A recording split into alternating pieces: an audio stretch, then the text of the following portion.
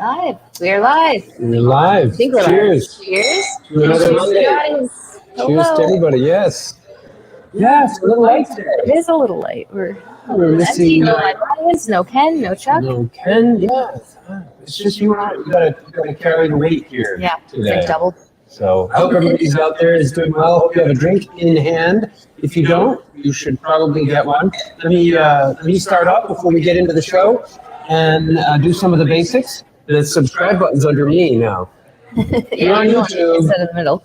And if you're watching this from YouTube, please subscribe to our channel if you like what we're doing. If you're new to this, and you'll get notifications whenever we go live, which could be anywhere and everywhere. That's true. It will be every Monday at 5:30. It will be every Monday at 5:30. If you subscribe, you'll get notifications for those other special moments. Yes, and they can be pretty special sometimes. So I hope you can join us for those too. And if you're on Facebook, there's a little bell somewhere on your screen. If you click that bell, that's your way of subscribing to the Facebook channel. And you'll also get notice when we go live on Facebook. So also, if you're watching us for the first time, or even not for the first time, but you're joining us today, please say hello in the comment section so that we know who you are and that you're out there. And if you have any questions, as always, put your questions in the comment section and we will do our best to get to them live. Merike is always pretty good at responding to them directly on the social media side. But if we can bring those questions up for conversation, we will. And let's see. And if you would like this broadcast, share it with your friends. If you have friends and family out there who would enjoy it as well, that would be very helpful. We help spread the word a little bit. And I think I covered everything. Those are the usuals. So what are we doing today? Summer. You know, it's only 15 days away from summer? It's summer. Yeah. Well, it feels like summer today, that's for sure. In this region, I feel like Memorial Day is the traditional launch of summer, and we had that last weekend. Yeah. No, the weekend That was already 2 weekends ago. Yeah, no. Summer flies. That's what summer is. Summer's here. And But we did the garden summer last week, and so we'll do sort of more traditional winery summer this week as well. Good. Yeah, we're celebrating summer. So what is it that we like to drink in the summer? Rosé all day. Rosé all day. So we thought we'd drink some rosé today. And along with that, we wanted to share this most wonderful piece of art. Look at that. This is relatively new. He really was just excited about eating this again. Yes. So I guess you usually order this when you're here on piano nights, and then Actually, my your mother mom eats most of it. You don't. She orders it, and I might get a piece. Yeah. Small piece. Yeah. So this one's 50% for you. Yeah, I probably won't have 50%. There you go. So yeah, this is a delicious new creation that our team down in the deli came up with. Whose brainchild was this? Do you know? I think initially the initial inspiration was over a year ago. Deborah came up with something along these lines, but at the time it didn't make as much sense because of the way our hours worked, and we tried running it as a special. It's a dessert flatbread.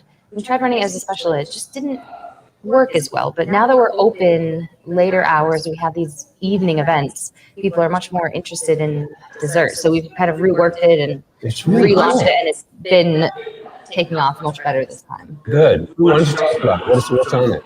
So this has the Waz balsamic, or not the balsamic fig. That would be strange. I'm just so used to that's the one that we use. So it's the Waz white chocolate banana bread spread, which I love. Over ice cream or on toast or with pretzels dipped in it. But that's the base. And then goat cheese, walnuts, fresh strawberries, and a drizzle of chocolate over the top.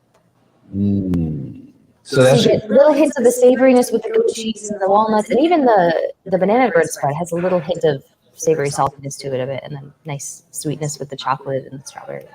It's delicious, and if you haven't tried it, I would recommend at the very least you give it one shot before you make an opinion about it, because it's quite a collection of wonderful flavors here. So, and I'm curious. I haven't had this with. I don't think I've had it with any of our wines. I've had a nibble of it here. I think our suggested pairing is one of the dessert wines. Yeah. But it's true that that might be a little bit of overkill, because it is a pretty rich dessert, and with the rich dessert wines, it would be lovely, but also maybe a bit much. So maybe it'll be nice having something a little bit lighter to balance with it. So we'll be trying this with a little bite with each of the four wines that we're gonna drink today. So we do have a lot of our regulars joining us. Matt is here. Matt. Christine is here. Janice is here. Priscilla, I believe, mentioned last week that she was away hiking somewhere in Idaho, I think. So no Priscilla. Good for her. Kathy has joined us. There's a bit of echoing, which I am kind of getting. I wonder if it's just is it coming through the phone? Yeah, I'm surprised it's. It's not. You can hear. I'll fine, check the but it's volume on the just a bit phone real echoing. quick. Yep. Who else is here? Geraldine's joined us. Hi, Geraldine. And with Hermit's joined us. She'll be visiting tomorrow. Oh, good. And Chuck has joined us from California. And I think Lynn is with that. Oh yeah, Chuck does here. Yeah, a bit of an echo. So Chuck's here? Mm-hmm. Oh, Chuck is in fantastic. California. Sunny California. It's sunny here too, but I bet not quite as hot. I think but Really, just ask him where is he? I can ask him. Where are you, Chuck? Los Angeles? San Francisco? What airport? And we've got two people, I believe, drinking strawberry rhubarb today. Christine and Anne have mentioned that that's what they're tasting. Excellent. Well, So they're on the right page. I'm hopeful that the strawberry rhubarb is going to be a big hit with this particular flatbread. Yes, given the strawberry. Redondo. Oh, Redondo Beach. That's Los Angeles area. So, I don't know California very well. yeah, that's Been there once. Southern California. Beautiful place. If you haven't been to Redondo Beach, you should put it on your list. It's a beautiful area. So we start off with Heirloom Crabapple. So if anybody's out there who's not familiar with this wine, I think most of our crew that is at least on the comment section there is very familiar with this wine. But let's talk a little bit about it. So the Heirloom Crabapple is actually a wine that we often refer to as our signature wine. Yes, I think it's on our shipping website in the sort of Hermit Wood Signatures mix pack. Yes. This is definitely one of the ones. So the reason for that is this is really one of our earliest wines. We started making this Heirloom Crabapple before we were a winery. It was a product of a crabapple that grows on or grew on our property as a decorative tree in Samberton, and it was producing this beautiful bright red, a huge abundance of this beautiful bright red little crabapple. And Ken had an opportunity to try one day. And as we go, the mountain bike story, which I won't bore you with again, we've told it a bunch of times, but he tried the crabapple and realized that the flavor in this little apple combined with sweetness and tartness and it was too good to not make an attempt at making a wine from it. And we did, and of course the wine was right out of the gate spectacular. And we did some research, and it turns out this Heirloom Crabapple, the Dolgo Crabapple, was brought over here to make cider. So it's an heirloom cider making apple. Ken likes to use heirloom cider apples in our ciders, but in this case, we made a whole wine from it. And we do several things with these particular Dolgos. There's also a Dolgo Crabapple Sizer, which is our crabapple mead. And crabapple. I think that's one of the staff favorites for sure, especially in the mead category. The Sizer. The Sizer is good in that it takes some of the intensity away from the crabapple, because this is a pretty intense wine. It's got a lot of tartness and mouth pucker, and it's got a big flavor. So I find the honey softens that big flavor. It makes it almost a little. It finishes a little sweeter, and so I think I agree. The mead, the Sizer, is a little more approachable for some, but others would prefer this. And over the years in making this, one of the things Ken discovered is that the color drops out during filtration.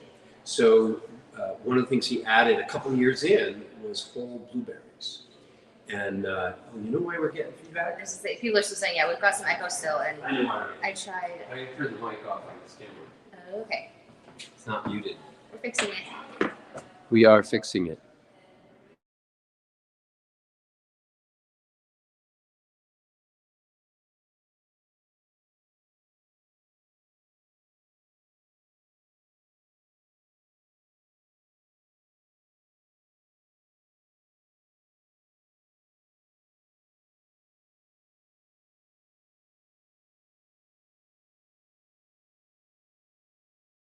to retain the color, because when we filtered it, we stripped out a lot of that nice color and it became this sort of pale yellow character. Could be like a hard cider. If you do a straight apple wine, it's kind of It's almost clear. tan or light, the and color strips out. there we go. Now I think we're good. We're good. Good. So yeah, now it's a sort of a little magic trick. You just throw some blueberries in there, and now it's a rosé, and it's pretty. So nice. Ken insists that he can taste the blueberry. Ken probably He probably can. I mean, he wouldn't insist it unless he could. But I wonder, if I tasted a straight crabapple wine and versus then one with blueberry, that's added blueberry, I might be able to taste the difference. But as it is, I might taste the blueberry, but I don't know it's blueberry that I'm tasting. Yeah. I don't know that I could find it. Again, if you did a side by side, you could probably tell the difference between the two. But how would you know it was a blueberry? So. Has this wine changed much since you first made it?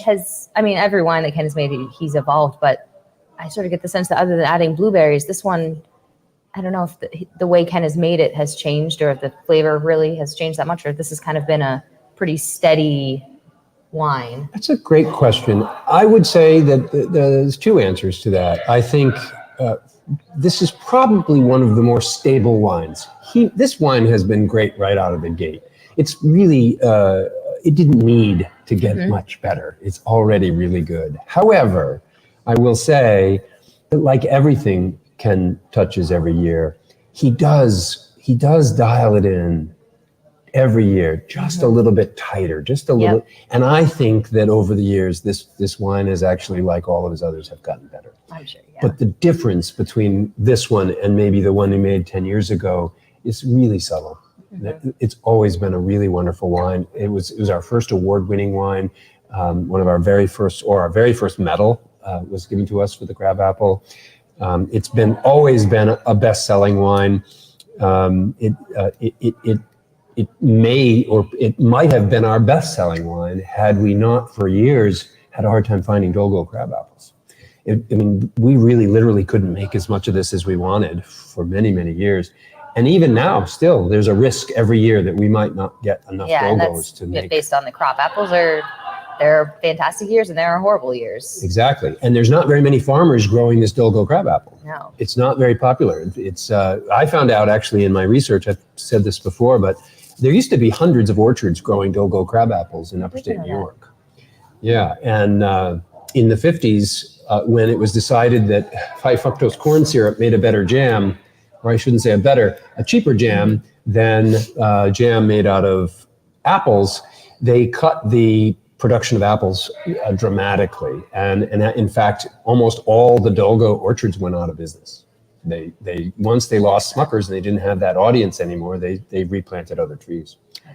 So we looked high and low for growers, and there's only a handful of growers in the world that are producing a Dolgo crabapple. And the one kind of interesting thing is the reason that we get some at all is it's a perimeter crop. People plant Dolgos around the perimeter for two reasons. They're a great pollinator. There's lots of flowers, so there's lots of pollination going on within the orchard. And also they produce such an abundance of fruit, and then that fruit drops, and the deer don't bother going into the. Yes, the deer will stop at the fence of Dolgos and eat those before going on to the bigger apples in the orchard. So it's a perimeter crop, and it's a crop for pollination. So there's a couple of orchards that have agreed to pick some of those apples for us. Yeah, and we have most of the Dolgos that we get from Stone Mountain, right over in Belmont. Now, but up until this year, that actually wasn't the case. But Stone Mountain in Belmont is a brand new orchard. If you haven't visited, you should. It's really a cool place. They've done a really nice job. They've grown it quite a bit in the last few years. They're on 106, about 2 or 3 miles south of Laconia. Mm-hmm. And you can't miss them if you're driving down, heading south on 106. Just look to the right and you'll see a big orchard. And in the lower part of that orchard is 75 Dolgo crabapple trees. Because we saw the orchard going in and we went right to Joe, the owner, and we said, please plant some Dolgo trees for us. So those and are he ours. did. And I think they're at 5 years now. So they're actually producing a fairly abundant amount of fruit. Last year, I think we got 1,100 pounds from the 75 trees. They have the potential, those trees, I think, of producing upwards of 5,000-6,000 pounds when they're more or less fully grown. So we, at that point, will have all the Dolgo crabapples we ever need. but it's taken us a while to get there. Yeah. So I want to try it with this. So one yeah, right we got to now. try it with the wine and this new dessert. I'm gonna take half of it because I want to make sure I have enough pieces. I'm just gonna grab a bite. Let's see.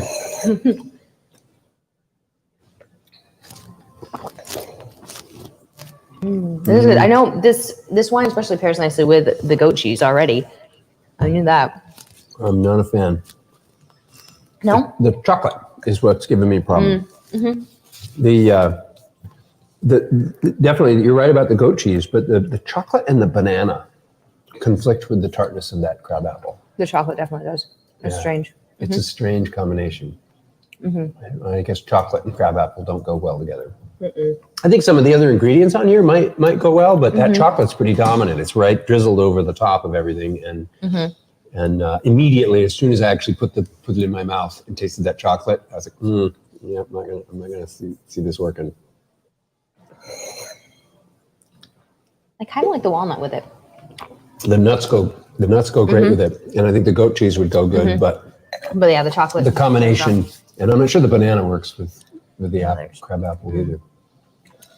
Interesting. It's just too tart. So yeah, so that's a little bit about our crab apple. Don't order the crab apple with the what is this called? The banana dessert I don't know. flatbread. I think it's under maybe a chocolate banana flatbread or dessert flatbread Yeah, or something. so- You'll know which one it is. Yeah. Yeah. Don't order it with crab apple. I recommend against it. And you could give it a try, but Yeah, I'm thinking probably not a good decision. So we have several comments about people loving the crab apple, but excuse me, but also loving the Winnipesaukee Rosé, which is where we're headed next. We're going there next. Before we get to that, a couple things about the crab apple. If you didn't know, crab apple also comes in cans. I think most people know that, as a sparkling wine. And it comes as a bottled sparkling wine too. It's our sparkling heirloom crabapple, which I really enjoy. If I had my choice, I would be probably drinking that right now. But Sparkling? we didn't have that open. This is open. But I really enjoy the drinking the Canzadogo or the sparkling rosé for that festive occasion. Of course. Having that bottle of sparkling crabapple is kind of nice. We do have 3 recommendations for what certain members of our audience would like to drink with this. And I With think this- 2 of them you can probably guess very easily. 2 of the recommended. No, 2 of the recommendations based on the audience member, not even thinking about this necessarily. Red Scare. Yes. Well done. Matt, that must be you. Yep. He suggests, chocolate with Red Scare. Matt, I'm gonna have to suggest. I think for me, that I'm having a hard time having just put this in my mouth, and I know what Red Scare tastes like. I'm having a feeling I wouldn't like that combination because there's a collection of flavors on this little flatbread here that's pretty all over the place. But I could be wrong, and I'll bet you if I am, you're gonna make sure I find that out because you'll be up here having one of these one day, and I know you'll let me know. So Kathy's thinking Deep Blue or Deep Blue Reserve. I know we've had it with Melange Blanc is what we put on the menu as a suggestion. And that I bet you would go brilliantly with it because because of all those complex flavors in the Melange Blanc. And then, of course, Geraldine recommends 3 Honey. She says it went really well. She's tried it. Oh well, she's tested that. That's good. Janice says she wouldn't turn away any of it. Yeah. Way to go, Janice. Yep. I'm with you. I wouldn't not drink the wine or not eat the food. I'd just probably separate them. Yeah. Finish the food first, then have the wine. Yeah. All right. So that's our heirloom crabapple. What's next? We got the rosé. Winnipesaukee Rosé. Winnipesaukee Rosé. That doesn't need much introduction. Actually, it's a great follow-up because you know why we made this?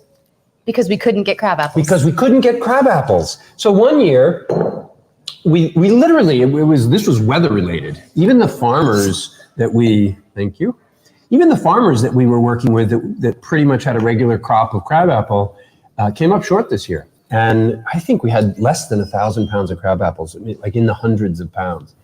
And so we were kind of freaking out because we usually sell 500 or 600 cases of this wine on any given year with what we produce. And now we were going to end up with like 50 or 75 cases. And this is a popular wine. Everybody was going to be looking for it. So we were a little bit scared, and Ken had always wanted to make a cranberry wine, some combination of cranberry. And we decided that we would go full out and we would make a full batch, never before done, no carboys, no little batches. We ordered the ingredients. Ken came up with the recipe in his head. He said, I think this is what's going to make the best wine.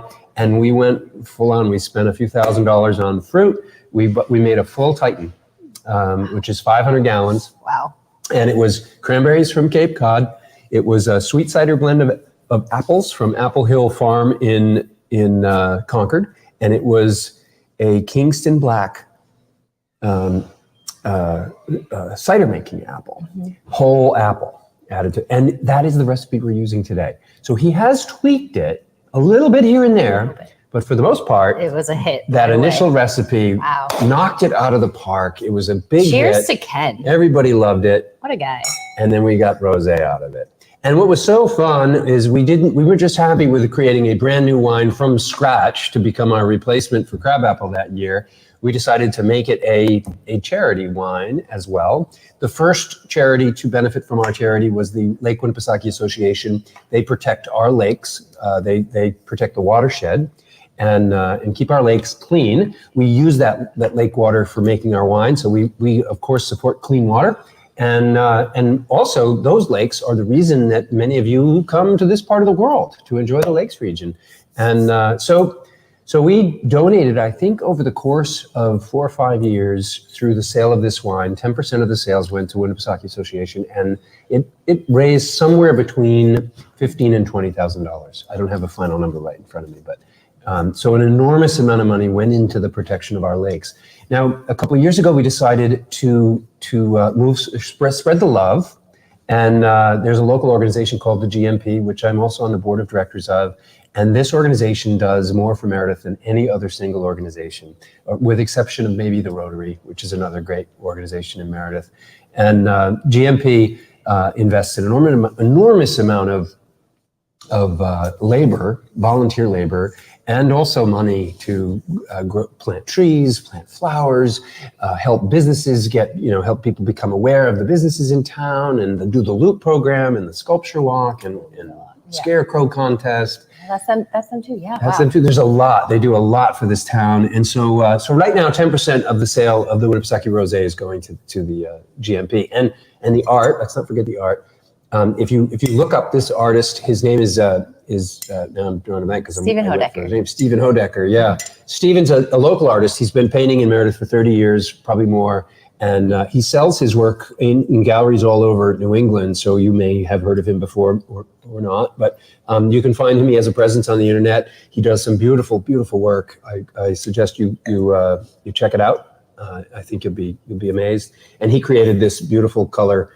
Watercolor of Lake Winnipesaukee to put on our label to help with the charity purpose of the wine. So there it is. That's our Winnipesaukee Rosé. This is definitely my go-to recommendation for people when they stop into the winery and just want to grab a bottle and go home, or grab a bottle as a gift or a souvenir. Probably because it's a beautiful bottle. You've got that nice shape. You've got the watercolor, and it's just an easy wine. Easy. I don't know if I've met someone that doesn't like the Winnipesaukee Rosé. I think that's probably fairly accurate. Yeah. It's just, it's got that little hint of sweetness. So if you like a sweet wine, it's just sweet enough. And it does drink. I think the Crabapple drinks just as easily as the Rosé. But I think when you have the addition of the donations that we make and the beautiful bottle, the name and the name that it's called Winnipesaukee Rosé, it's sort of the same idea that there are people that will stop into the winery, and if they don't do a tasting and figure out what wine they actually like, they're going to grab Lake House White or Lake House Red because they're going to their lake house. Yeah, exactly. And so Winnipesaukee Rosé fits that very nicely. Yep. So let's see how it tastes without dessert. I think it's a little better, but it also might be because I think that the part of the piece I had didn't have as much chocolate on it, because I think that would have the same issues. So before I taste it with this, I have to say, this wine, and we've talked about this before on the show, but this wine goes with more foods than any other wine we have. Yep. That's the other good reason, if somebody comes in and you want to direct them to a wine, the odds are they could have this wine and have it with almost any meal, and they will find some way to find enjoyment out of it through that food pairing. Yeah. So that's a good bet. When in doubt, Winnipesaukee Rosé. So let's see how it goes. I don't know, by the numbers it's hard and it changes year to year and such, but this is definitely in the top few in terms of volume. Another one that when like several of our audience members actually, that there are lots of people that this is their wine. They will come and they'll buy, cases of this at a time. There's one woman down in Massachusetts that I assume she's been here at one point. I can't put a face to the name or anything, and she's not a club member, but every couple of months we get a shipping order from the same woman for 3 bottles of rosé, like very regularly. So Wow. it's definitely That's sort of cool. a staple in her wine cupboard. And it's fun seeing that. I'd love to actually meet her one day. So what did you think of the pairing? The strawberry is really nice with it. I think I don't know. I didn't get chocolate. Well, I got chocolate. Is it better? And I'm surprised once again. Rosé's coming through for me again. It worked. It's surprising because the rosé is not that different from crabapple. It's not. And yet somehow it worked. Now I will caveat that.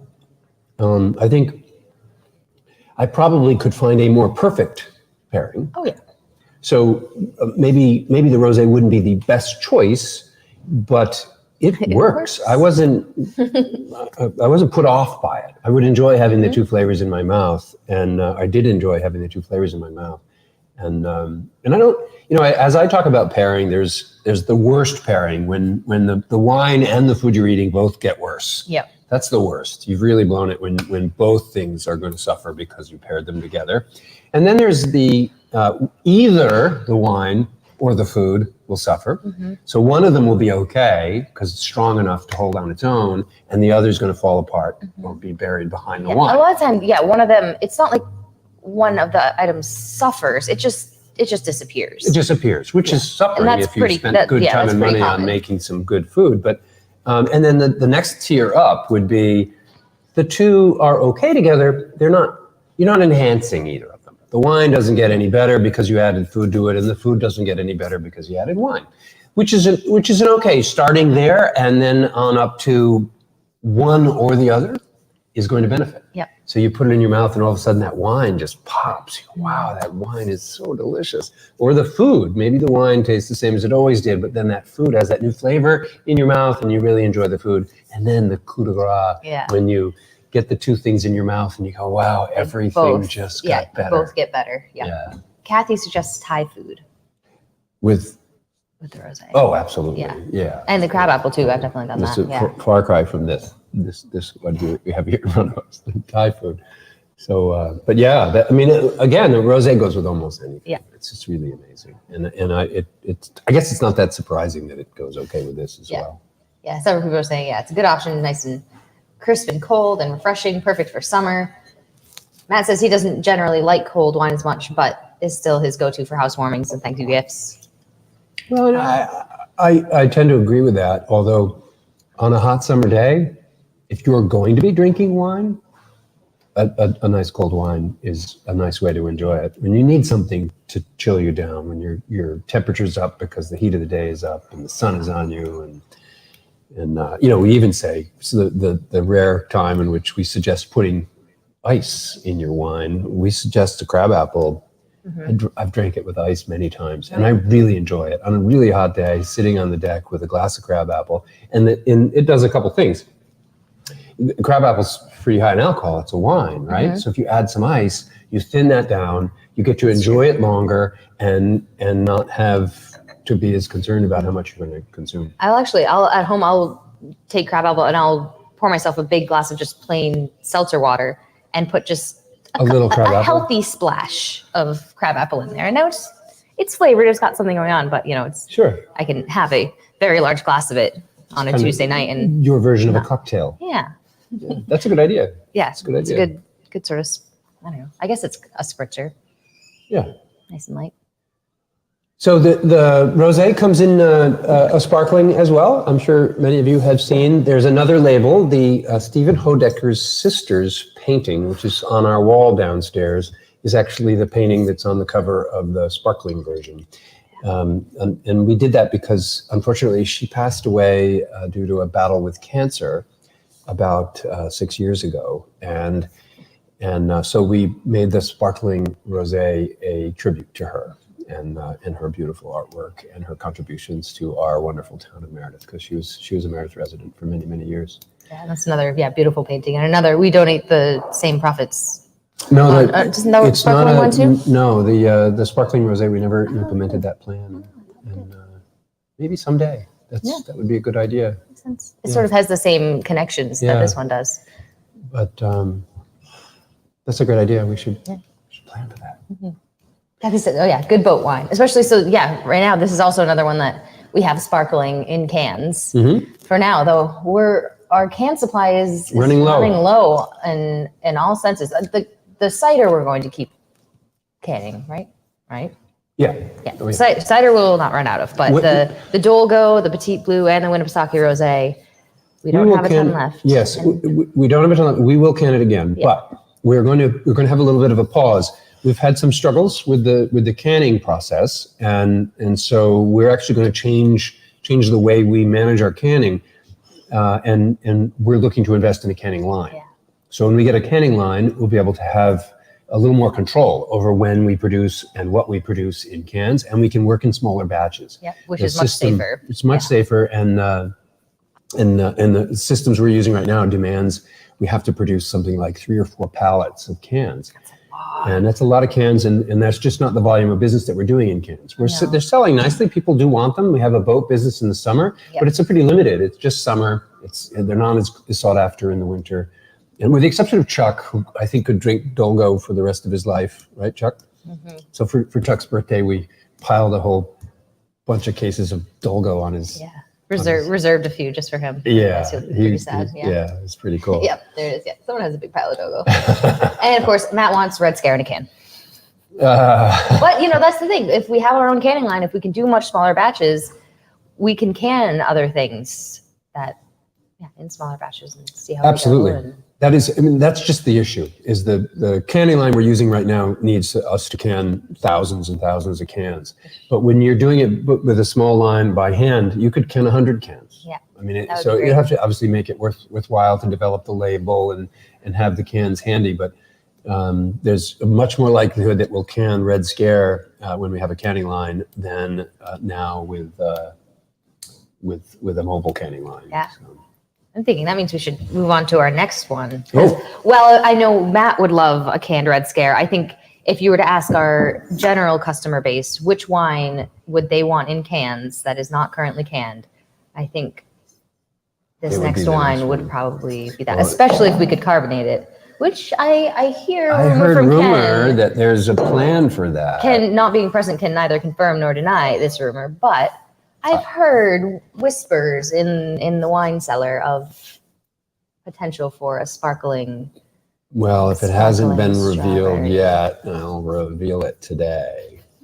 We are absolutely and super excited about.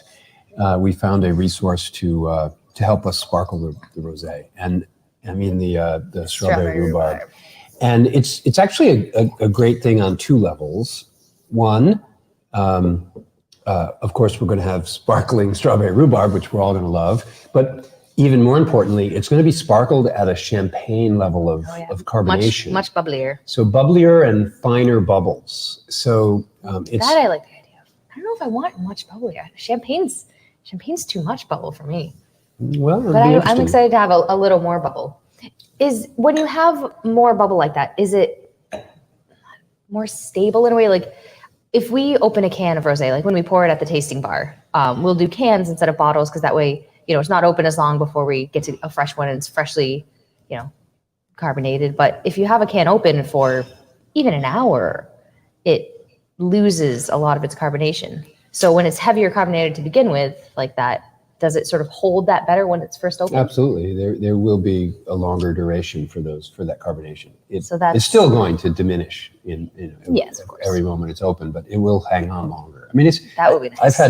I've opened up bottles of champagne and had them the next day and still had them have enough bubbles to be enjoyable as a champagne. So that's a whole day later. Yeah.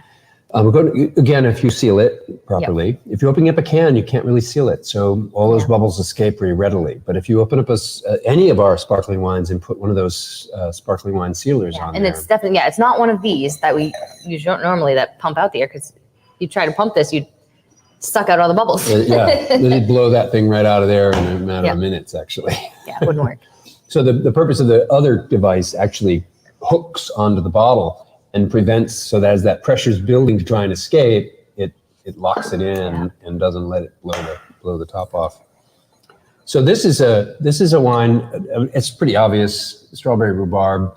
It's local strawberries for the most part. Sometimes we go a little further afield for strawberries, but most of our strawberries, I think, right now are coming out of Vermont, and the rhubarb is very local. There's a farm down in Pittsfield that produces a lot of our rhubarb, and also our mustard maker.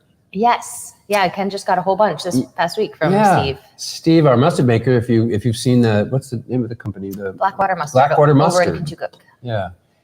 He has a huge patch of rhubarb and has been supplying us with rhubarb for years. So. And actually this year, along with his batch of rhubarb that he delivered this week, he also brought Ken a few plants. Rhubarb root bases. He's going to start them. Ken's going to plant some out at his house, and it takes a few years for rhubarb to really take root and actually produce something worth harvesting. But Ken's hoping that provide us with some of his own. It's kind of interesting because rhubarb is in every New England backyard, just about. I mean, it's almost every home I've ever had has some evidence of rhubarb at one point, and most people don't use it. It just goes unused.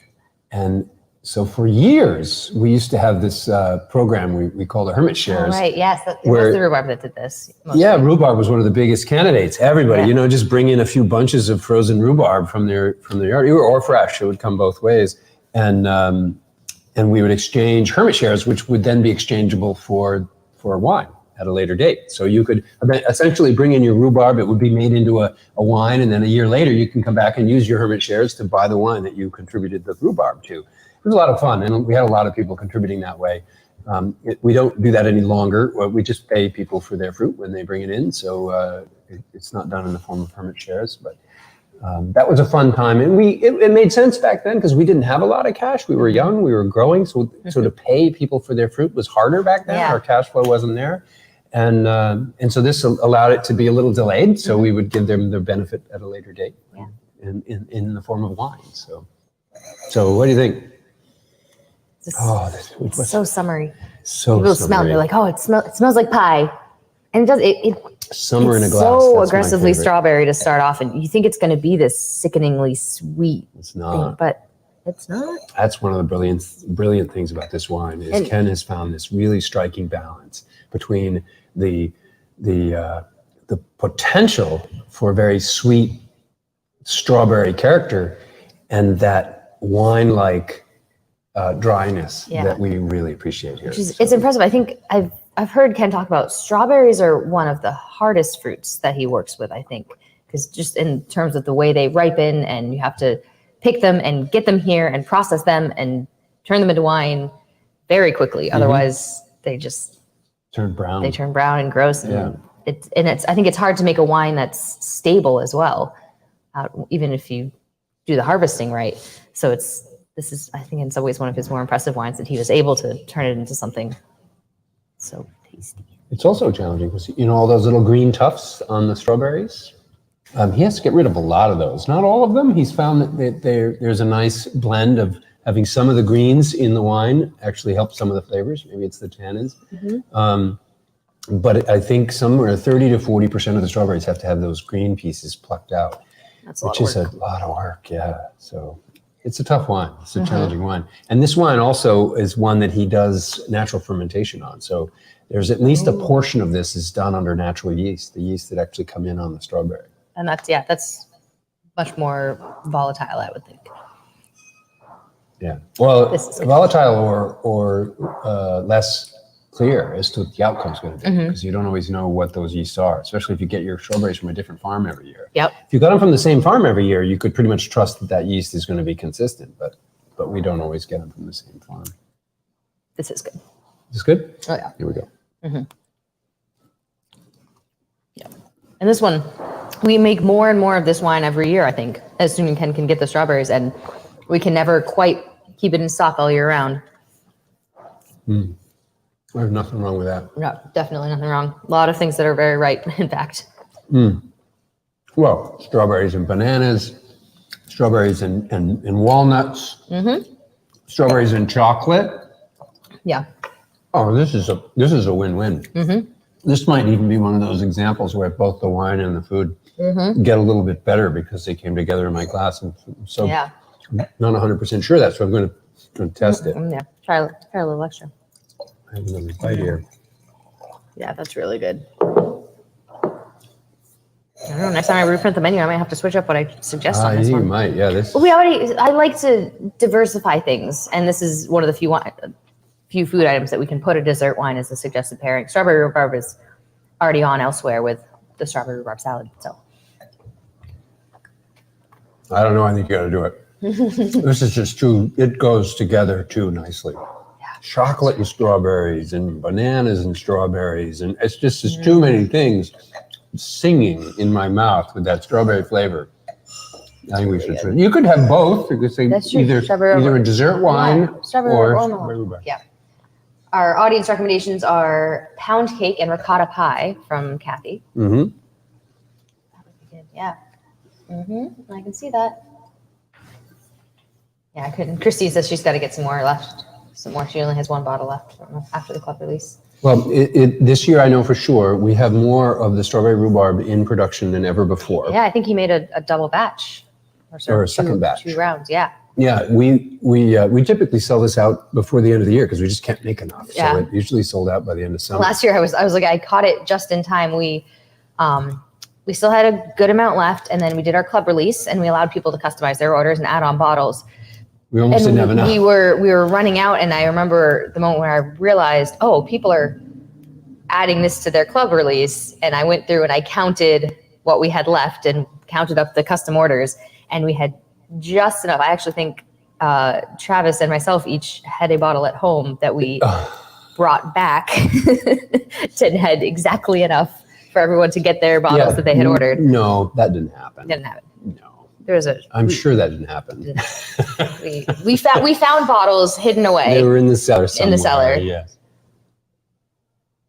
Hidden away, and we had just enough to so good. satisfy the club members, which is part of why this spring, again, Ken was worried, maybe we don't have enough, but we made sure to put it in the club release because we want our club members to be able to. Yeah, so we got it out. So- We had it in the spring before Yep. the big summer came, because summer's when it sells like crazy. I think this is our number one right now. This is our number one best-selling wine. I mean, more of that goes out of here, I think, every day than any other wine. Possibly. Pretty sure. Close, yeah. It's pretty Especially, popular. I think it's creating that scarcity because when people aren't able to get it at all from October until February or whenever it is that comes So back, once we people release hear the that new it's back and they batch- come and they think they need to buy cases Well, of they it. do, They because kind of do. it's going to run out. But maybe this year we'll be hopeful. This year we'll have more. We're not trying to do that. We're making as much as we can make, and it's selling when it sells. But it is very popular, especially in the summer. And I know why. Honestly, I don't think I drink enough of this. There's always a lot of choices to choose from what to drink, and this is so delicious. But now that we're getting into summer, I think I'm going to put it more on my list of go-tos. And so I need to rinse with this one before. I don't bother rinsing between most of the But there's rosés, but really got a lot of flavor, strawberry so- is so potent that I definitely want to rinse before our last wine. Which is pretty good timing. We have 13 minutes left. That should be plenty of pacing time to ourselves cover well. our next wine. So look for this in the fall as a sparkling wine. Yes, And we want lots to of thank the fall. folks at Flag Hill Winery. Brian is the owner, and Brian's a super nice guy. If you don't know Flag Hill, get over there and say hello to Brian for us. Great people. They also have a distillery, and they make some really amazing distilled products. So Brian has the equipment that we don't have, most people don't have. It's called the Charlotte tank. a very expensive piece of equipment. Most small wineries would never be able to afford one. And even Flag Hill, although they're larger than us, the only way they can really make it work is because they put it to use working with other wineries. So they can help pay for that equipment because they also sparkle. I think at least 3 other wineries in New Hampshire go to Flag Hill to get their wines made sparkling. I know Apollo Vineyards uses them, and I don't want to say any others because I don't know for sure, but I think there's a couple other wineries that are involved as well. So Flag Hill Winery down in Lee, New Hampshire, down near the seacoast. You have to wait till fall? Yes, you have to wait till fall. We don't even have a label yet. Yeah. So we have to come up with a label. We have to get the label approved. Gotta make the we gotta wine. find a bottle that we're gonna put it in. Yeah. We gotta make the wine. Yeah. So yeah. All right. So you picked this one. I did. Yeah. Bob said we were doing summer wine. He said, "Oh, we're gonna do the rosés." I said, "Yeah, but we can't not do Northern Berry if we're gonna do the summer wines." Well, it's just like a dark rosé. Yeah. This say like a. It drinks more like a rosé. Yeah. Let's fit it right in there. She said, "Yeah, Flag Hill is down in Lee, New Hampshire, Christine." Yep. But yeah, this is my favorite summer wine, I'd say. So let's see, Northern Berry. Let's tell the story of this. This has got some history. Some of you probably already know. This came about because a farmer up in North Sandwich, Wayfarer Farm, what's his name? I'll probably remember it, but I'm drawing a blank right now. But the farmer's name, because I'm terrible with names. I thought it was Great Northern Berries. Isn't that the farm? Yeah, but it's Wayfarer Farm. Wayfarer Farm. Okay. I think he has two names. Yep, okay. Yeah, one's wholesale and one's retail. Okay. They're on 113A as you're heading out to Wanalancet. If you know the North Sandwich area, and if you're not familiar, again, it's a beautiful, beautiful area. The Wanalancet hiking area is one of the most famous hiking areas in the Lakes region. Mm-hmm. If you haven't done much hiking up here, there's just some spectacular hikes to do from Wanalancet. So you could go out there and do some hiking and visit Ben Shaba at Good job. See, it's always when I'm not looking for the name that I'm able to find it. As soon as I decide I need to find it, it disappears. So anyway, he produced this. He discovered this fruit. It's a fruit that actually originates from the northern regions of Russia, the Siberia area of Russia, and he found that it grows really nicely in this climate as well, which is sort of suggesting. Tells you about New Hampshire. Yeah, the New Hampshire weather. Just like Siberia. Mm. So he started growing northern berries and honeyberries. Honeyberries, thank you. About 10 years ago or 8 years ago, and he brought some to us and asked if we would have any interest in this if he increased his growing. And Ken fell in love instantly, and so did I. Have you had them frozen? Yes, Oh, I love when we get our shipment, and I'll try and get handfuls from Ken. I describe them to people when I'm doing the tasting. I say they look kind of like an almond-shaped blueberry. Is sort of the color and football. Oh yeah. That's sort of oblong and that kind of similar color to a blueberry, but they're so much more flavorful than your typical big blueberry. They're tart and it's sort of like a tart raspberry. It's like a popsicle for me. Yeah. Eating the frozen honeyberries is like eating a popsicle. Oh yeah. See, Kathy's right. So I've been saying this exact same thing. All those pictures that we have up behind the tasting bar, there should be a honeyberry up there, I think. Well, there's so many fruits that are. There are so many fruits that could be up there, but we have grapes up there, Bob. I know. And those don't really belong, do they? And it's fun to sort of quiz people. Oh, can you name all the fruits? And they always get grape. You want the more obscure ones up there so you can point to that's a honeyberry. Well, technically, Ken still makes a grape wine. Does he? Marcel Foch from his grapes in his yard. We don't have it. Yeah, we do. There's a little bit of the old vine. Old vine. But he hasn't made that for. Just last year was the first year he didn't make it because the crop bears or the birds got the crop. Okay. So yeah, he's made it consistently. Yeah. But no, it is true that. It's fun having the different ones. Because I can show pictures.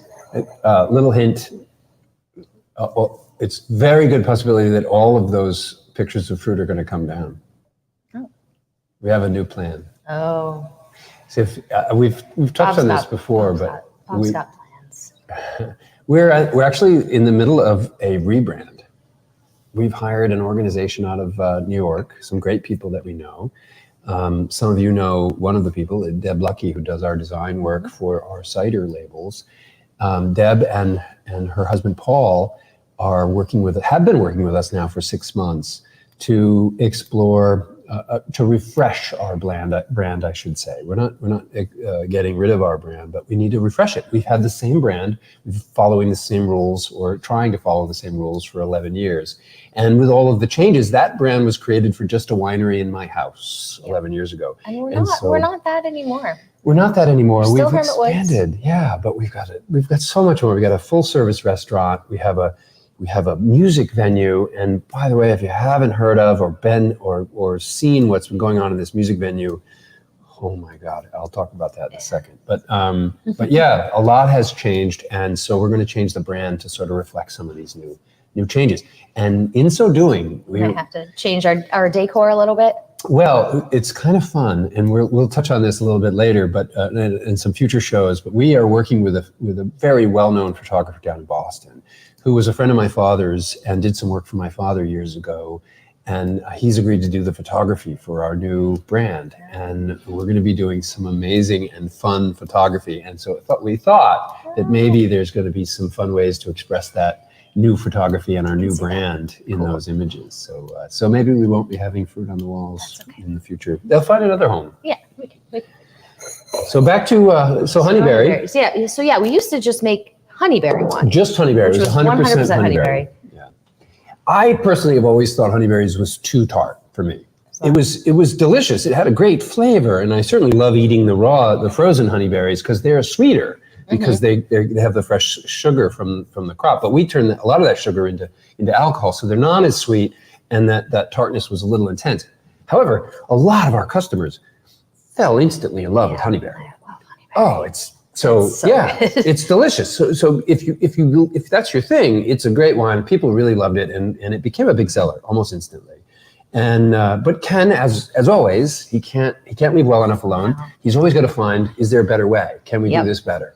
And I think he's achieved that. So the Northern Berry that came out last year, Yep. about this time, I think, or sometime in the spring last year, and it's much more complex, and it's more wine-like to me. The honeyberry is much juicier, which some people really like that better. It was fun for a while. We had both on hand, and we had both on the tasting menu at the same time, so people could have that direct comparison.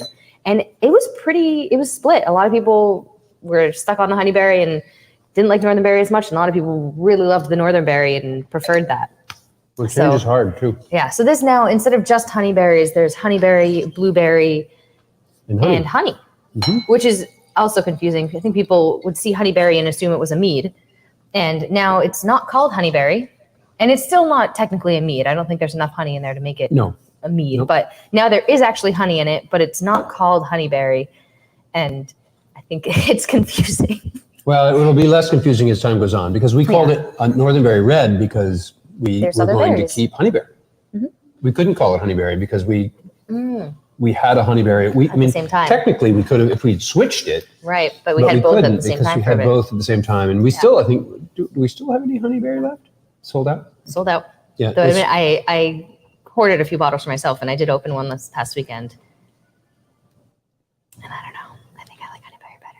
You like the honeyberry better? I think I like honeyberry better. That's interesting. I thought I was, pretty neutral on, they were both really good, but having just had that honeyberry and now having this today, I think I like straight honeyberry. You got to try it side by side. Yeah. You really do. This is the one. So earlier, was it Christine, I think, mentioned that strawberry rhubarb, I think, is great taking down the Saco River tubing.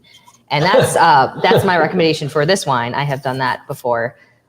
You've tubed with this wine? Yeah. Well, it was honeyberry at the time, but I would tube with this one too. I have one of those Brewmate bottles that holds a whole bottle of wine. Yeah. And so I poured my bottle of ice cold honeyberry in there and sipped on it all the way down the river a couple summers ago. It was most excellent. So I think I already know the answer, but what do you think of the pairing? Let's see.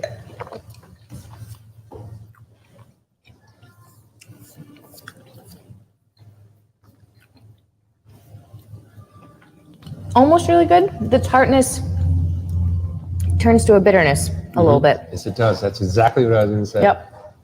Yeah. So it's no for me. Yeah. The tartness goes bitter. Yep. Interesting.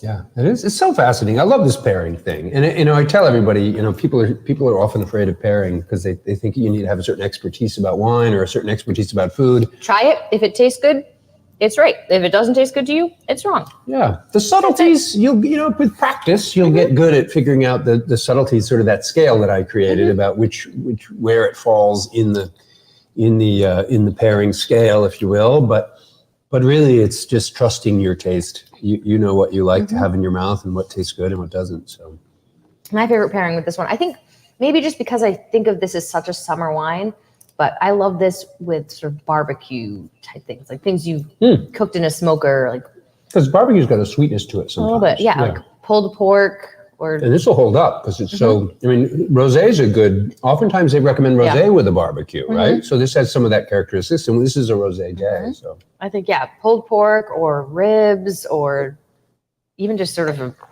like burgers and dogs cooked backyard. I think it's sort of the combination of the actual wine itself and the sort of flavor and lightness of it, but also the general vibe of this wine feels like a good summer wine and a campfire wine. Yeah, that's why I opened it this weekend. But not with s'mores, I'm going to guess. Oh no, it was fantastic. Really? This is great with chocolate. Oh. Yeah, I was actually Oh, that's actually because like the red, the deep red has a very tart characteristic. Yeah, this is fantastic with chocolate. Similar tartness is the deep red, so that would make sense. And actually, I do like s'mores, but they're so messy. I usually generally prefer I'll toast marshmallows and I'll eat the marshmallow and then I'll just heap pieces of chocolate next to it. Yeah, no, it is. A s'more it's quite a creative endeavor, or quite a complex endeavor to do around a fireplace without getting chocolate and marshmallow, which is part of the appeal of it. Down your beard and down. Down my beard. I hate when that happens. Yeah, I'm sure. So that concludes. That's a no, I think, from both of us on the honeyberry or the northernberry red. But not to say this doesn't go well with dessert. It just doesn't go quite right with this particular one. Big hit, this dessert with the strawberry rhubarb. Yep. Absolutely, 100%. Both of us agreed. The Winnipesaukee Rosé, certainly okay. It didn't knock it out of the park for me. So, but it was fine. But on the two ends, no. I would stay away from those two wines with this dessert.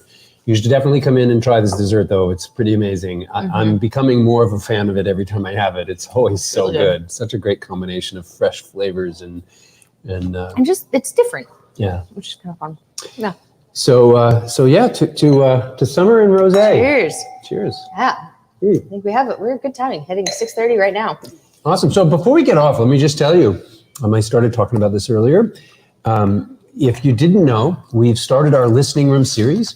We have some absolutely amazing artists playing here every Thursday night we're booked out until the end of to the middle of September. And for example, we had the Daniela Shatker trio. 3 professors of Berkeley were here playing to us in this small, intimate space. We had we have room for about 50 people, maybe give or take a few. And there's no bad seat in the house. Mm-hmm. It's a listening room experience. So you get to, it's totally quiet. In between notes, you could hear a pin drop. It was so beautiful. And then before that, we had Wangari Ferrari, a Kenyan-born African jazz singer. She was so amazing. She was just brilliant. Her voice was so beautiful, and it resonated so nicely in this room. And then last week, the Ballroom Thieves. It was actually the Ballroom Thieves duo. They have a 4-piece band that they play in. They play all over the country. They played Thompson Point. They played Capitol Center. They play big venues all over the country. But I was fortunate enough to know Martin from past history, and Martin agreed to come with his fiancée, Callie, and bandmate. And Callie and Martin put on one of the most amazing shows I've seen live. In fact, I had a couple. There was a couple here from San Francisco. Oh wow! And they have a summer place here that they come and visit, but they mainly live in San Francisco. And they came here to their summer place because they wanted to see the Lumineers at the Bank of New Hampshire Pavilion. Mm-hmm. they said to me, this show was so much better. We just came from the Lumineers, and we are happy to be here. Yeah, because the Lumineers are another one that I wouldn't want to see at a big venue. Because they're more in the vibe of the Ballroom Thieves. And same Ballroom Thieves, I would not want to see. We've mentioned this. You've seen them at a bigger, sort of more rock venue, and it's just not. I've seen them at some settings. When I saw them at Thompson Point, there were 3,000 people, but Thompson Point is so well done that they delivered their music beautifully at Thompson Point. So that was a great venue, and their show there was absolutely spectacular. The only time that I really talked about not being as happy about it was they were at this smaller place where it was standing room only, so that all the audience was standing. The bar was in the same room, so there was an enormous amount of noise. The audience was very robust, and they were laughing and clapping and cheering, and so these musicians have these amazing and subtle sounds that they create with their instruments and their voices, and a lot of that was lost in the crowd.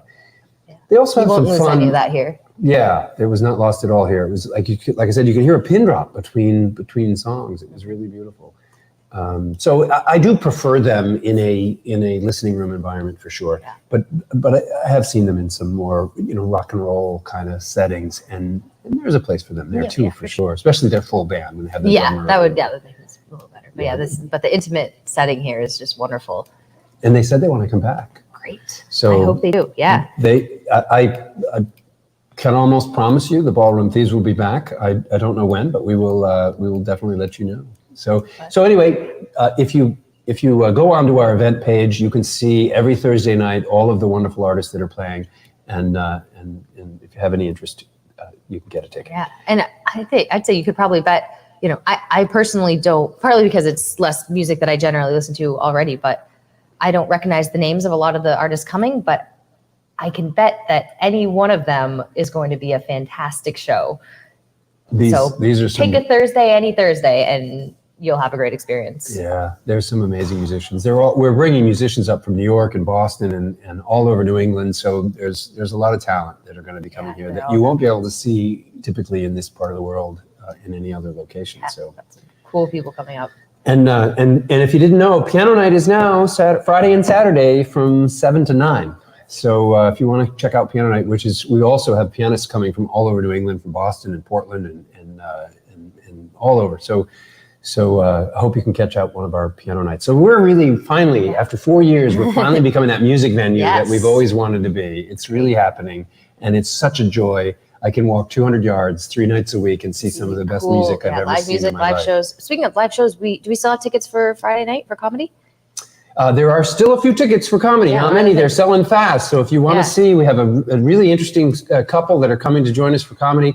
And that's from 6 to 9:30-ish. Like that. And there's 2 performers, and we have a piano player to start the evening. So that's going to be a great event. Well, thank you for mentioning that. So go to our event page. There's all kinds of great events coming up. So I hope you get a chance to check them out. Thank you all for joining us for yet another Monday. We had a good time. I'm sorry that Ken and Chuck couldn't be here with us. Thanks, Chuck, for tuning in. And we'll look forward to seeing you all next Monday, hopefully with a larger group. Yeah. And who knows what we'll be talking about. We'll surprise you again. Yes. Cheers, everybody. So, cheers.